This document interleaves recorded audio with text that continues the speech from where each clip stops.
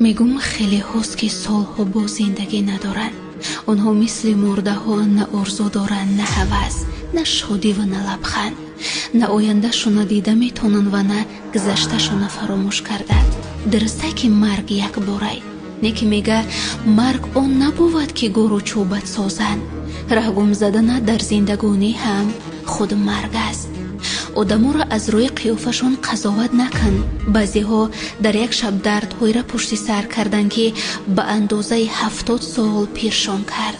خیلی ها در پشت لبخندهاشون یک دنیا درد پنهان دارند. زندگی برای همه یک رنگ نیست. یکی با دیدن گل لبخند میزند و یکی با دیدن یک بردنان. یک چیزم میخواهم هیچ وقت فراموش نکنین.